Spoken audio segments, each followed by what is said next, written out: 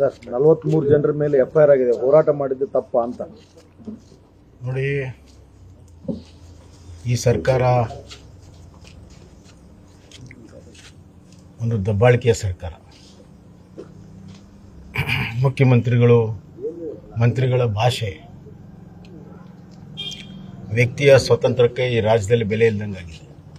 ಪ್ರಜಾಪ್ರಭುತ್ವ ಇಲ್ಲಂದಂಗಾಗಿದೆ.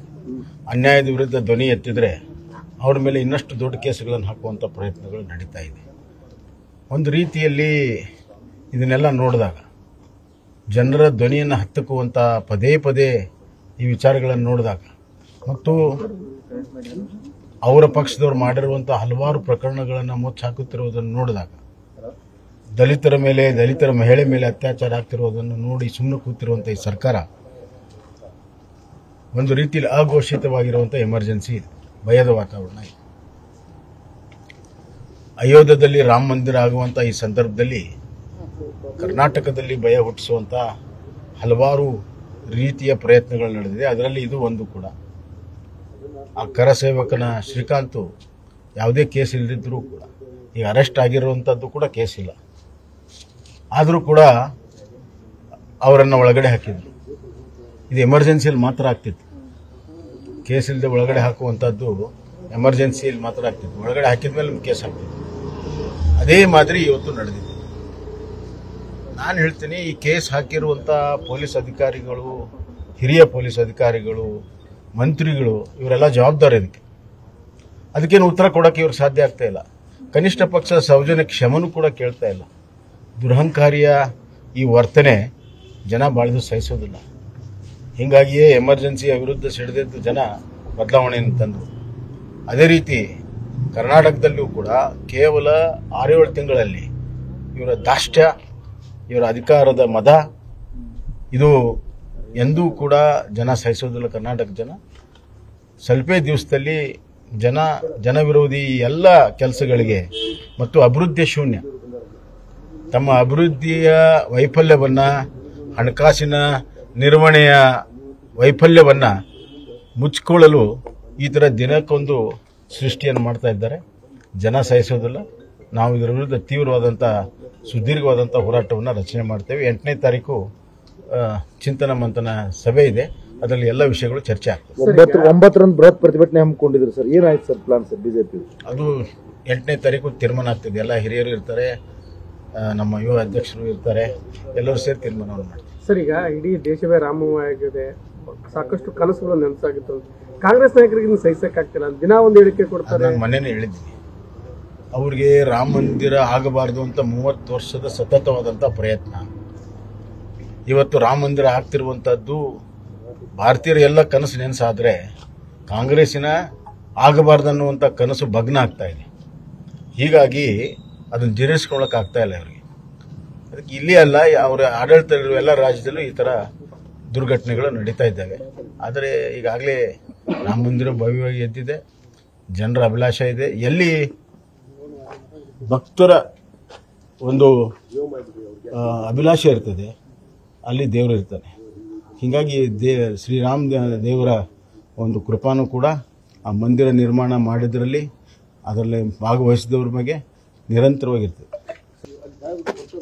ಸರ್ 43 ಜನರ ಮೇಲೆ ಎಫ್ಐಆರ್ ಆಗಿದೆ. ಹೋರಾಟ ಮಾಡಿದ್ದು ತಪ್ಪ ಅಂತ ನೋಡಿ. ಈ ಸರ್ಕಾರ ಒಂದು ದಬ್ಬಾಳಿಕೆಯ ಸರ್ಕಾರ.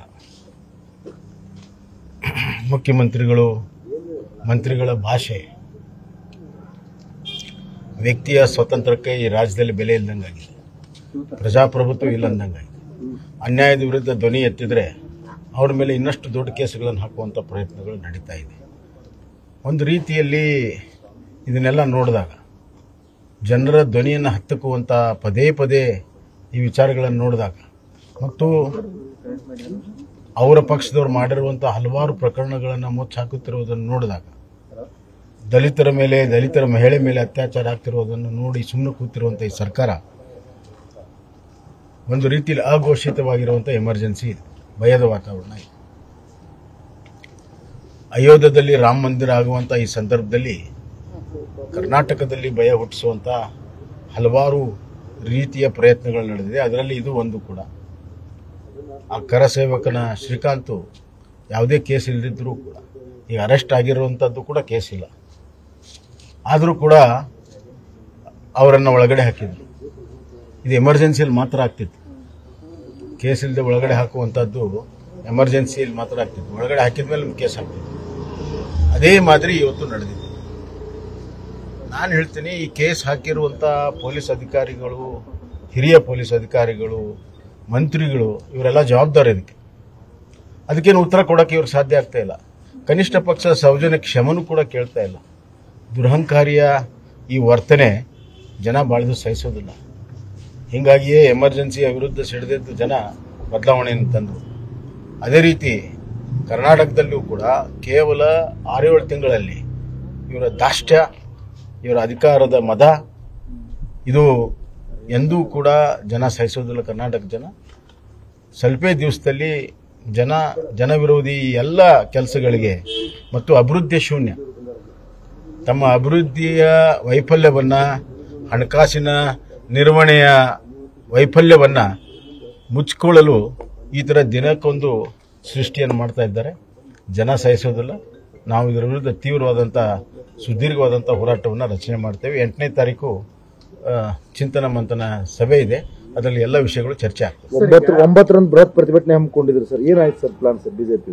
ಅದು 8ನೇ ತಾರೀಕು ತೀರ್ಮಾನ ಆಗ್ತದೆ. ಎಲ್ಲ ಹಿರಿಯರು ಇರ್ತಾರೆ, ನಮ್ಮ ಯುವ ಅಧ್ಯಕ್ಷರು ಇರ್ತಾರೆ, ಎಲ್ಲರೂ ಸೇರಿ ತೀರ್ಮಾನವನ್ನು ಮಾಡ್ತಾರೆ. ಸರ್, ಈಗ ಇಡೀ ದೇಶವೇ ರಾಮಮಯ ಆಗಿದೆ, ಸಾಕಷ್ಟು ಕನಸುಗಳು ನೆನಸಾಗಿತ್ತು.